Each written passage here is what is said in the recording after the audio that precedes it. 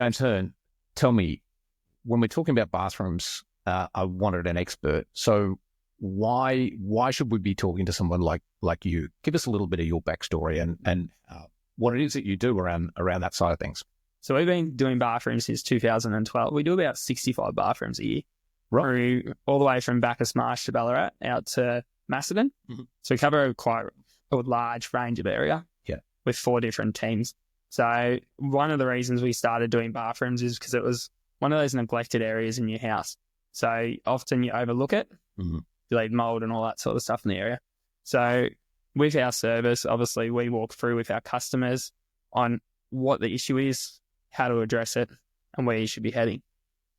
And we offer designs and consultations with that.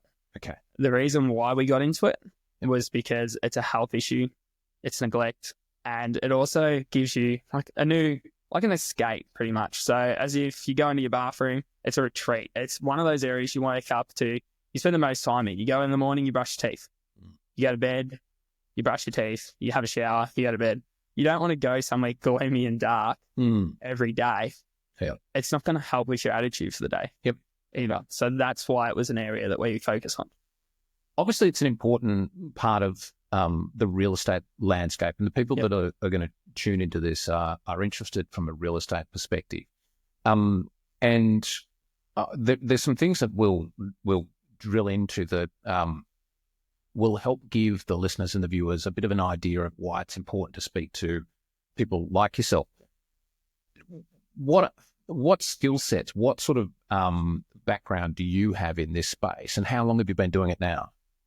So over 13 years we've been doing this, and when you're looking at getting someone in to do a renovation or a bathroom renovation, obviously you're looking for a licensed builder. Right. So in Victoria, anything over $16,000 and it is domestic building insurance, you need to have it, but anything over $10,000, you need to have a licensed builder. So whether they're limited or fully licensed, you need to go down that pathway. Okay. When it comes to the bathrooms, because you're dealing with a multiple broad, you need to have a licensed builder, waterproofer, tiler, plumber, all those license and compliance certificates. Gotcha. Not just for as a owner of the house, but also for selling the house. Because when you go to sell your house, the conveyance is going to ask. We will touch on that because these are important things that have come up a number of times for us, and I'm sure other real estate agents have experienced the same sort of thing. So I'd like to explore that a little bit further. At what sort of stage do you think people should start thinking about renovating a bathroom? So when it comes to renovating your bathroom, probably there's a few signs you got to keep an eye out for, really. So number one is always mould. So if you've got mould coming through the grout, or you've got mould growing outside of the shower area, that's a concern. Mould on your ceiling, that's a concern. It's going to affect your health. Second thing is soft spots on like the right and left side of your showers. It means your shower's leaking internally. So the waterproofing or the way it's been done has actually failed. And your plaster starts to get soft on the right and left side of your polymarble shower bases. The second reason is if the age of the house. So if your house is 20 years older, I'd probably start looking at it. Okay. Timber framed houses, so subfloor houses rather than slabs, are more of a concern because the water damage can cause quite a lot more money, excess costs. So then you're replacing the floor, you're replacing the floor joists, and your house will start to shift up and down. Okay. So it's important to notice the cracks in the room, the grout, the colour, and just obviously if there's a weird smell in the room, definitely worth having someone look at it. Okay. So the age, the 20-year mark is kind of a benchmark that people should consider. Every asset structure of sorts needs maintenance over time. Like you can't just let things go and then expect, that's going to be, it's going to perform for you at the same as what it was when it was first constructed, for example. So, but things can accelerate that, I imagine. So what are some of you mentioned mold outside the shower, circle. What is it that's causing that? Is that a ventilation thing or a moisture thing? What are the key things that potentially is happening there? Can be a few things. So ventilation's a big key, having an exhaust fan and actually running the exhaust fan 15 minutes after you're finishing a shower. Right. Not just turning it off when you get out. That's a big thing that people get confused about. Like the exhaust fan needs to... Sorry, we'll do it. I had to put a switch in my house just so it ran while I showered. Okay. It's one of those frustrating points. Yeah. But also the grout's porous. Mm. So water can go in there. If you don't clean it and you just scrub the surface, the grout goes behind the tiles. Yeah. It's then in the grout, and then it'll grow out. Okay. So the reason why mold grows is because there's humidity, there's water, and there's moisture. Yeah. If you can stop the moisture by as simple as cleaning the grout and applying grout sealer, that'll give you a bit longer before you have to spend and go to that next step. Yep. Okay. There's some things that have changed about bathroom requirements around doing bathrooms that I noticed. So we'll talk a little bit about that in a bit as well. When it comes time to do a bathroom, how far do you need to go? Like, and I know this is probably a difficult question to answer. I think the answer is depends, doesn't it? Yeah. But what would you recommend the owner of a property does when they look at their renovating a bathroom? Okay, take us for example. So we've got an ensuite. Was probably updated. I don't know, maybe what was over 12 years ago, because that's how we've been there. So, what sort of level? Because we look at it and go, look, it's okay, but it's got the marble, shower basin. So, what should we be thinking about in terms of upgrade? How far should we take it? Do you think? 12 years old, I wouldn't be stressing that much. But what I'd be focusing on for a 12-year-old bathroom would be I'd be checking the silicone and the grout joints in the corners. Yep. So generally, the silicone and that should be redone every 5-6 years. Commercially, it's done every year in a bathroom. Okay. So the silicone expands and contracts. So let's just go back on that for 2 seconds. So every 5 years, you should recork. You should recork the tiles of the silicone that's around the base and so forth. Yep. Okay. Up the base, up the corners, and through the niches. Yeah. That's really interesting. Okay. And I'll bet you the majority of us out there don't even think about that sort of stuff. A lot of people do overlook it, but it's all about the wear and tear of the room. Yeah. That's your fail point. Okay. So the next one I'd be looking at for your age, I'd be putting on grout sealer on the grout, cleaning it and sealing that grout. You should apply that every couple of years as well. Okay. Just stops the water from seeping through the grout, and it's going to make it last at least 20 years. Okay. When it comes to trying to figure out whether you should do a bathroom renovation or whether you can just do the shower, it really depends on the subframe. Yeah. So if you're on stumps, or if you're on concrete, you can get away sometimes with just doing like a poly marble shower base. Yep. And just the shower area, if it doesn't adjoin anything else. Yeah. So like the other day, we were having a conversation. It was a bathtub and the shower adjoined. Yep. You've now got to waterproof the bath hob. Right. Okay. It's a painful situation. So whereas the bath's separate from the shower and they're not adjoining in any way, tiling-wise, you can just get away with doing the shower area and upgrading the fixtures in the room. Okay. Yeah. The process for a homeowner, let's talk through, I guess, I say, okay, James, can I get you out to have a look at our bathroom and perhaps give us an idea of what we would need to do? Do you encourage people to do all their research on things like the tiles that they're thinking of using and all the bath or the shower screens and so on? Or is that something that you can take them through? So talk me through, I guess, what would be the ideal scenario? So our process, we always encourage you to have a look at Pinterest, Instagram and all that. It's good to have a vision. Yep. So what happens when we walk through, we will work with the room you've got and the designs that you're wanting. So we're not going to change unless you're going to change the whole house. So it'll either the bathroom generally suits the house, so it doesn't make the rest of the house look old. You don't want a modern bathroom in a 70s house. Yeah. It's not great for resale either. Like it's all mix and match. Yeah. So it's one of those things trying to keep it consistent as well. Just a very quick interruption. If you are getting some valuable information out of today's episode and you want to get a fact sheet, you can actually download that by going to the show notes in the episode. And if you go to the very end, you'll find a link to a website where if you pop some details in, we'll send it to your inbox. Okay. So what we try and do is we guide you through a direction. So if you like a modern theme, we'll then tie it in with the house and we'll show you what works in that area. So we'll show you through tiles, plumbing fixtures, fittings, Nero, like tapware and that with good warranties, and we'll walk the customer through that way. Okay. Yeah. When you start the process from start to finish, for example, how long should it take? I know this is an open-ended question, and it probably depends on the amount of work that you've got to do. But what do you tend to budget for in terms of time?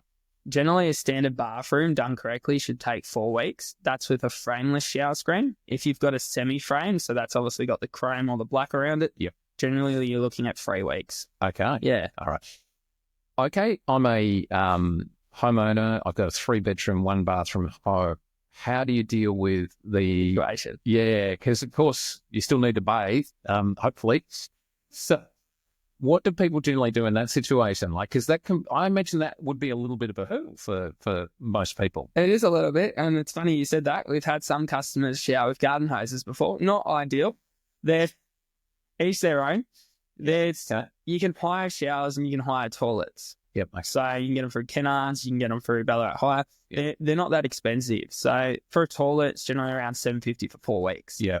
So that's a setup fee and a declose fee. Yep. Shower is roughly the same, and it's got the hot water unit in it. You can go to the next extreme and you can get a hire shower and toilet on a trailer. Mm-hmm. They're generally about $3,000. Yep, gotcha. Okay. There are a lot of different options out there. You can't renovate the bathroom in sections either, which is a lot of people like to wish for. Yeah. Because you're going to slow the process down. So you want to do your waterproofing in one go. You want to do your tiling in one go. You can't just do, leave the toilet if it's in the bathroom and go, we'll do that later. It affects every other trade and costs you more money. Yeah. So it's just better to get one of those higher portables in. And I guess if you have family members that live in the area, there's a possibility. Utilise it. Yep. Some customers even go to the gym. Yep. So they'll shower at gym, or some of the workplaces have showers. Yeah. So they'll go to work, have a shower, come home, and they're set.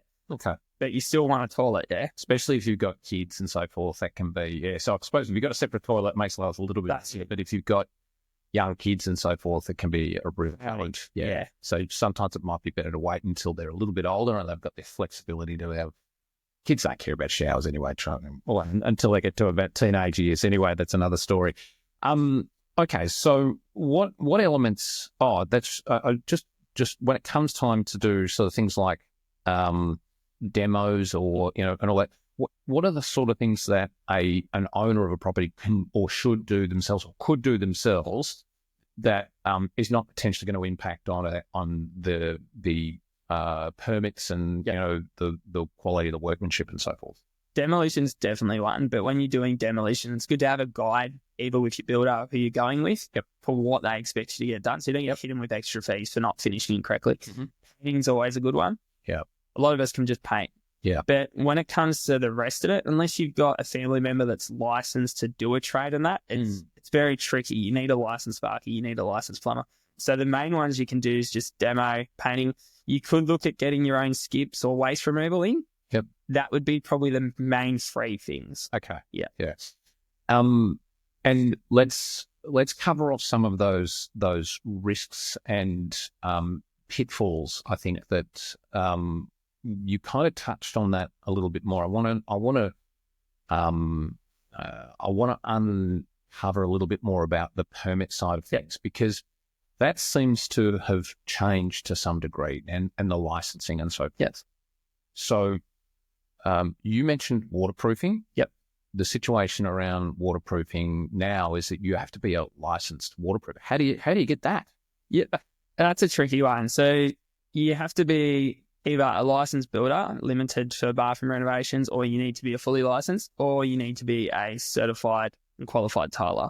There's a license for waterproofing, but it's not fully mandatory. But you do require a compliance certificate for your waterproofing when you do a room. So it's got to come from a tiler and it's got to come from a builder. It's a bit of a grey. One or the other. Yeah. Yeah, that's it. It's got to be a tiler or waterproofing, and it's got to be done pretty much from AS 3740, which is the code. So 2022, they did an update. Yep. So it's changed quite a lot now. So now you've got these little chrome strips sticking up around your showers. So like if you've got a frameless shower and a walk-in, you got a 5mm little chrome water stop sticking up. Okay. And that's for compliancy, and you need that. Okay. So it's a frustrating thing, but insurance-wise, you need that certificate-wise. That certificate for waterproofing generally covers you for 7 years. All right. Okay. So the permit requirements, because I've seen places where properties have had their bathrooms renovated within the last 7 years, and they haven't necessarily secured a permit, building permit to do that. And And the feedback is that, oh, look, it was, under the amount being spent or under roof, it wasn't structural and all that sort of stuff. Let's try and get rid of the grey area of this. All right. What is the requirement? Okay, so for a building permit and for a bathroom, the minute you start touching any load-bearing wall, right, you need a permit. Anything structural. So if you're touching the subfloor, if you're putting in a niche on an external wall, okay, if it's bigger than 450, bigger than stud spacing, you need a permit. Okay. So if you're putting a bathroom into a house that's not there, and we've all seen it happens all the time, you need a permit. You can't just add a bathroom in. So you need to get the building permit for that bathroom. Right. Got a few customers that go that way, and you have to get the permit. It's going to be an issue on resale. Yep. Okay. What if the bathroom is already there, though? The bathroom's there, you're not touching the structural walls and you're not altering anything. When you say not touching, what does that actually mean? So, for example, if I took the plaster off. Plaster's fine. Plaster can come off. But if you start cutting out the studs in that wall, that means you're now affecting the structural integrity of the house. Okay. Yep. So if there's a brace in the wall, so whether it's brace ply or like a bit of metal strip, so hoop iron going through the wall, that's a brace. You're now touching a structural wall. Even though it's internal, it's structurally bracing the house. That means you need a permit. Okay. So if you want to move the bath, let's say 2 meters away, that's a building permit. But if you need to keep the bath where it is and you want to keep the showers the same setup, no permit required. Okay. So it's, But then there's this dollar figure that kicks in. Now, let's say I'm a owner builder and I'm wanting to do, obviously I'm going to use all the trades and so forth. How do we determine what the dollar figure is when it comes to the permit side of things? So for anything over $10,000 in Victoria, doesn't matter if you're the owner builder, you actually have to apply for an owner builder building license to do your own renovation. You shouldn't just be doing it. Yeah. So 10,000. So it doesn't matter whether it's bathrooms or not. Doesn't matter. Okay. That's it. The minute you've got multiple trades, you work something at your house. You should be owner building. Getting an owner builder license is a 6-month course that you have to do, and they'll give you an owner building license, and then a 6-month course. Yeah. Right. Okay. 6 months. You've got to go through it, and then pretty much what else? And that means you get your own DBI insurance out on the job. Okay. And you have to do that. So you can't just project manage the work and go, I'm going to save some money. The minute it's over $10,000, that's where the line's drawn in Victoria. And the $10,000, this is the interesting thing. How is that calculated? So let's say if you had a tiler and a painter and a carpenter, and that's under $10,000, you still need to have a building license, all right, to do the work, and you still have compliance. If it's one trade, it's not an issue. But when it's multiple trades, it is. And it's not just based on the one trade individually, it's all the trades added. So by the time you factor in the tiler, generally the tiler bathroom to floor to ceiling of 2.4 rooms, it's nearly $6,000. Yeah. Yeah, right. And you now bring in a plumber, standard price for a bathroom for a bath, vanity, toilet and a shower. That's nearly $4K, depending on whether the plumbing's in that room. Yeah. So you're already over your $10,000. Yeah. So that's where the line, it goes on the overall value. It's the cost of materials and the labour. Yeah, the whole lot. And the labour, and my understanding was, and I could be wrong with this, so correct me if I am, is that they calculate that if you personally, as the owner builder, were spending 40 hours on doing the coordination, they calculate your time into that exercise. Is that true? Correct. So as if you were the builder and what a builder might charge, for example. And your projects, managing the projects. Okay. Yeah. So there's quite a lot of the threshold's not that high there. No. And with building costs at the moment, construction costs are quite high. So ridiculous. It doesn't take much to actually get. So really, for the sake of simplicity, it sounds as if what they've done is that they've thrown these hurdles into place. Use a builder. Yeah. Just to simplify the process. Just to protect. So if you're selling the house and you decide to do it yourself, who protects the next owner? Yeah. So that's the issue. A lot of people are renovating these houses, flipping them, and there's no insurances or anything on the work. And then someone's buying in, you're selling houses left, right, and center. They come in, they buy a house, and it's like they've done the building inspection, they've had all that. The warranty's not on the owner, it's on the property. So just because I renovated the bathroom 2 years ago and then I sold the house, I've still got to warranty that house. Yep. So as an owner renovating that room, you're still responsible for it for 7 years. Yes. Yep. So, And by way of example, we've had numerous situations where people have done works to their property themselves to, add value to their house, but also to make it a more livable dwelling for themselves. Yep. And then they've come to try and sell the property, and it's created all sorts of problems for them in that process. And it impacts the capacity for us to sell it because buyers are very wary when it comes to that conversation, because they want to know if there are permits accompanying the works that's been completed. And so it is a challenge. It makes it more difficult for the agents to do the job. Yeah. And because we need to disclose when we're having conversations with our buyers, material facts. And if there's no permits attached, then we need to tell them that. Correct. So, especially if they're asked. So it's becoming a bigger and bigger thing. We've had literally in the last 3 weeks, it's a funny topic, we've had 2 customers from 2021 and 2019 reach out to get all their compliancy paperwork from us. Yeah. Because they lost it. And it's like they're selling their house, they need it. Yeah. If you don't have that, where are you going to get it from? Where how long do you have to keep that sort of compliance certificates and stuff? So domestic building insurance is 6 years, but we keep all our paperwork for about 10 years. Yeah, okay. Yeah. Gotcha. What are some of the other risks? What are some of the other things that I guess there are traps and pitfalls that people need to be mindful of? Obviously, there's the permit side of things. What else could happen?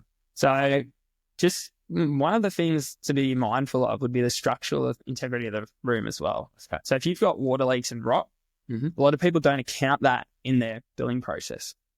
So Silver Peak seems to be the only one that does. A lot of companies don't. So they'll come in, they'll hit you with extras to replace the rotten timber. Mold treatment can add up quite quickly. Yep. And that needs to be treated, needs to be pulled out before you can even sheet the walls. Yeah. Termite damage from moisture. Yep. So leaking bathrooms brings termites in. Termites love moist timber. Yep. That's another issue. So you could open the walls up. There could be nothing left. Yeah, okay. Older homes, asbestos. Yep. It's quite relevant. Okay. So that you need to be mindful of. There's a few things in a bathroom. Yeah, for sure. Okay. Especially older ones. Yeah. The old ones are full of surprises. Yeah. Have you got some horror stories? I think the worst one we've walked into had mold, mushrooms growing out of the subframe. It had asbestos on the floor, asbestos on the walls. Yeah. And it also had termites on the right-hand side wall. So the whole room was structurally deemed. It ended up taking us 6 weeks just to kill it all and termite treat the whole house. It was just like blow out the costs significantly when that happens. a little bit. It does, yeah. With a fixed price contract, you're kind of safe. Obviously, there's variations, but it's mitigating those costs as best you can. Yeah. So, you don't want to have a massive blowout. This client only ended up losing an extra, like $5,000 investment. Yeah. So, and that was for termite treating the whole house. Right. They used to come through the bathroom. They ended up through the rest of the house. Mold treating for the house was only $1,500. Yeah. Okay. So that's why we incorporate this now into our process. Gotcha. But it's quite a severe thing. Yeah. And when you've got that mushrooms and the growing and the spores and the mold, you really want it treated, and that spreads under your house. Yeah. So slabs, heaps better, but painful to renovate. Yeah, of course. Yeah. Broadly speaking, when it comes to the cost versus the value add, it might be a slightly unfair question to ask you, but you might also be seeing this on a regular basis. What is it like? How much can a new bathroom, the renovated bathroom, kind of impact the value of a home? I reckon the percentage would be around 10 to 15%. Yeah. But I'm no real estate agent. But based on our statistics, that's generally what we see, and that's what we hear from our real estates that we talk to. Yeah. You might have a better figure than that. Yeah. And our experience when it comes to selling properties with renovated bathrooms, because it's always really difficult to know exactly, because you would have to have 2 identical homes, one which wasn't, which were in the same area, and one wasn't renovated and the other one was, and then being able to sell and they have to be sold at the same time, and so it's a difficult one to put your finger on. But generally speaking, a new bathroom makes the property much more appealing because it photographs really well, and it's work that the buyer doesn't have to do. And that's a really important thing for a lot of people. So, it can certainly add a significant value. So there's no doubt about that. We do know that additional bathrooms in houses do make a difference, like one versus two, for example. 100%. Just having a bathroom in a house makes an amazing difference, especially in the older homes that seem to only have one bathroom, one toilet, and no master bedroom. Yeah. Just being a master bedroom in the house. Yeah. Yeah. When you're looking at the budgets that people need to think about when it comes to, because I suspect that's probably the key thing that the majority of people are wondering about. Just scoot a little bit closer so the camera can catch you, mate. When people are looking at a home and they go, okay, well, this bathroom needs to be completely redone. Yeah. I imagine that there's an entry level, there's a medium, and then there's sort of like a premium to go forever, for example. What sort of dollar investment should people be thinking about? And no one's going to hold you to this, but just to sort of go through, okay, you'd probably got to start at this level and then you can go up to as much as, whatever. Depends on kind of what you're doing. So if you're just doing a reface, changing out the fixtures and the fittings, $1,000 by the time you rip out the fittings, putting new vanities, plumbing and all that sort of stuff. But if you're going to redo the whole room, so generally speaking, it's $65 a square metre for tiling. It's generally an allowance, right? So plumbing fixtures, a bath, it's generally $1,600. A vanity unit can be $1,200 to $1,400. Depends on the styles. Same with the fixtures and that. You can get toilets from $450 all the way up to $600. Generally, what we say for the customers is to budget around $30,000. Right. So this generally should cover your trades, and then you might just have to spend a little bit extra on the rest of the room. But then it comes down to stumps, slab. Course. So there's a bit of a difference. So whether you're going to do a walk-in shower or a polymarble shower base, like tiled shower bases cost a lot more. They look better. We all love a walk-in shower base, but there goes $900 just to do a walk-in shower. That's not including your tiling and your waterproofing. Yeah. So it's probably closer to $1,400. If it's properly waterproofed and so forth, how long should that walk-in, because we see them a lot now, obviously, should they have a fairly significant lifespan, or have they got a limited life? They should when they're done right. The issue with a walk-in shower is people don't slope the rooms to the shower. So we're a backwards state, right? Queensland does it right. The whole room's meant to fall, and Victoria's just brought this in. The whole room's meant to fall towards your shower. So 1 in 60 to 1 in 80 ratio towards the shower. Okay. So, and then the shower itself's meant to have a fall itself. Right. That's the issue. If you have people and the wall slopes away from the shower, and a lot of people just go, oh, the floor's flat, it's level, that'll do. Yeah. It doesn't. It's an open shower, water can splash further. 1.5 metres your water will travel from the shower hose. Right. It's quite a distance. Yeah. Yeah. And grout's porous. So unless you build a ceiling the grout, it can seep through and cause issues. So you can actually have waterproofing on your shower base. Yep. And then you are tiling over the top of that. So it can actually go from your waterproofing and then across the floor. Yeah, catch up. Yeah, it just depends on your shower screen. So if you've got a enclosed shower, not an issue. But if you've got an open shower, it's a massive issue. Yeah. Okay. So it just even you walking out the room, the water's just going to sit there. It's got to seep through somewhere, or it's got to dry out from the heat. Yeah. Yeah. Okay. You can get a bit fancy and chuck in underfloor heating. That'll remove all the moisture. It'll dry up the room, and it'll preserve your bathroom. Yep. You should get 20 years out of it. Yeah. Most of the bathrooms we've seen are getting 10 to 15 years, but we're getting a lot of new builds that are only lasting 4 to 5 years, and we're ending up with DBI insurance covers and VCAT cases. And we deal with quite a lot of that. It's a bit of a shame. So new homes, I'm saying, there's some real issues. Yeah. Some of the newer, sort of the volume build stuff that's been thrown up for, investors or first home buyers and so forth, all done at the price. Yeah. And there is some real horror stories. 100% there is. The minute you see a built-up shower base on the slab, so if you've got a slab or a built-up tiled shower base, I'd be concerned. Really? Yeah. So they run metal around them and they chrome the edges. Yep. But even though you've got that fall, once the water goes over that fall, it's just sitting on the level ground. Yeah. A lot of those showers we see fail. And one of the other things I'd be keeping out, especially as a buyer, you don't want the shower grate right next to the wall.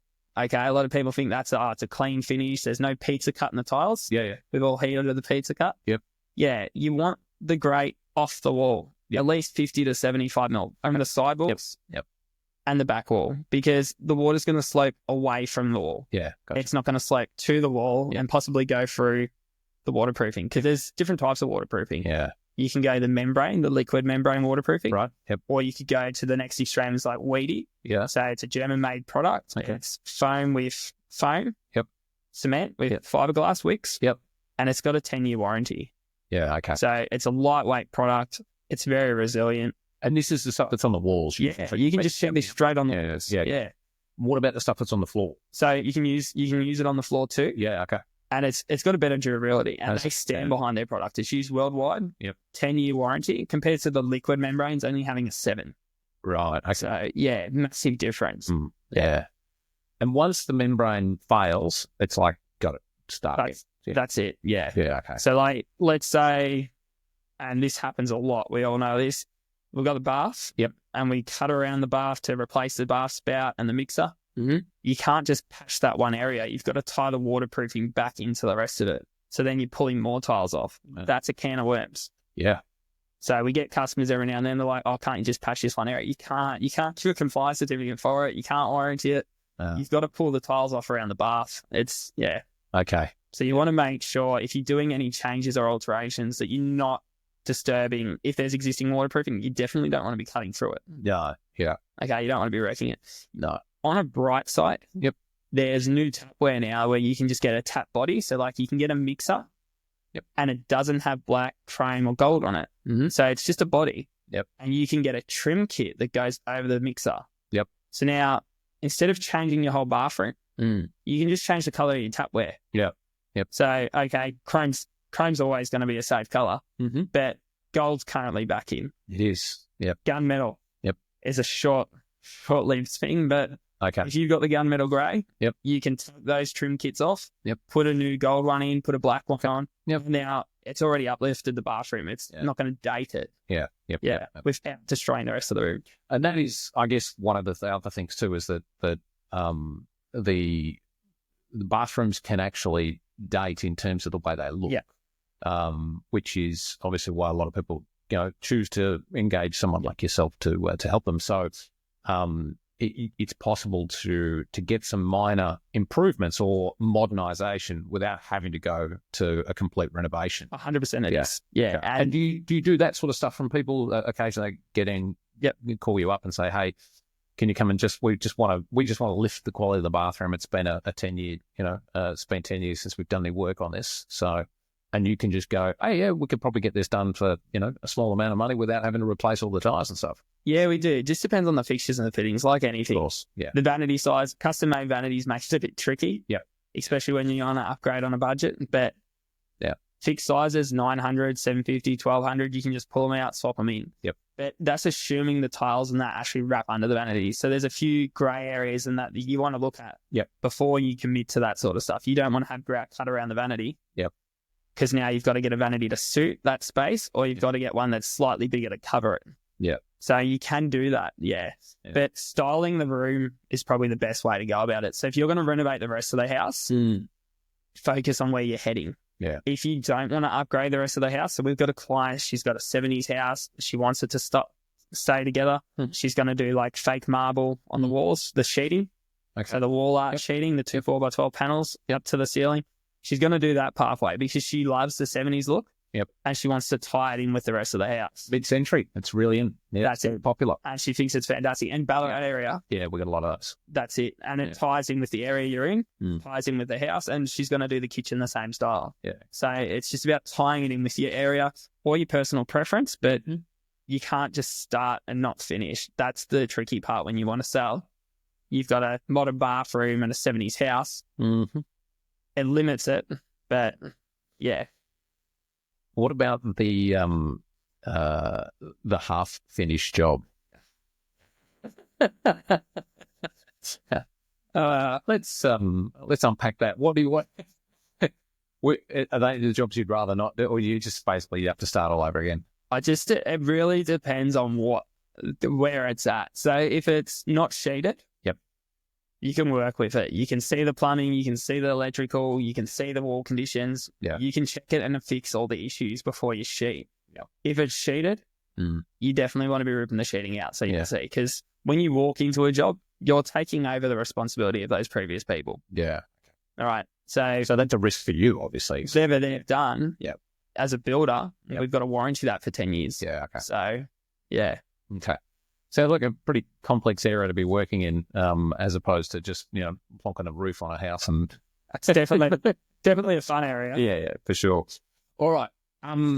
Mate, we're just about out of time, so we'll wrap it up. But thank you it's been really informative. There's been heaps of information that I've been really curious about, and I'm sure that there's some people listening that have also been, that probably learned something as well. Tell us, how can people get in touch with you, James, and your organisation? So if anyone wants, they can just reach out to us through our website on silverpeak.com.au or our Facebook. Otherwise, you can just give us a ring on 0401 762 108. Happy to help. Sure. As I said, we service all the way from Bacchus Marsh to Ballarat and then across over to Macedon. Yep. And we also go over to pretty much Anglesey. Oh, yeah. So we do quite a large area. Okay. Yeah, fair enough. We'll make sure we get your details into the show notes for anyone that's interested, so you'll be able to access that by just clicking on the links. Appreciate you coming in today, mate, and making yourself available and giving us some really helpful stuff. So pleasure to meet you, Stu. Okay, thanks, mate. Take care. If you have a friend or family member that you feel might benefit from some of the information that you've just heard, then it would mean the world to us if you could share this episode with them personally. Oh, and one last thing before you go. We have some really interesting topics planned for the upcoming episodes, so if you have any comments, feedback, or real estate topics that you'd like covered, I would love to hear from you. So please reach out to us via email, which is info@regionalproperty.show, or leave us a note in the comments section. Don't forget to hit the like and subscribe button to be notified when new episodes are released. I'm Stu Bryan. Thanks for listening.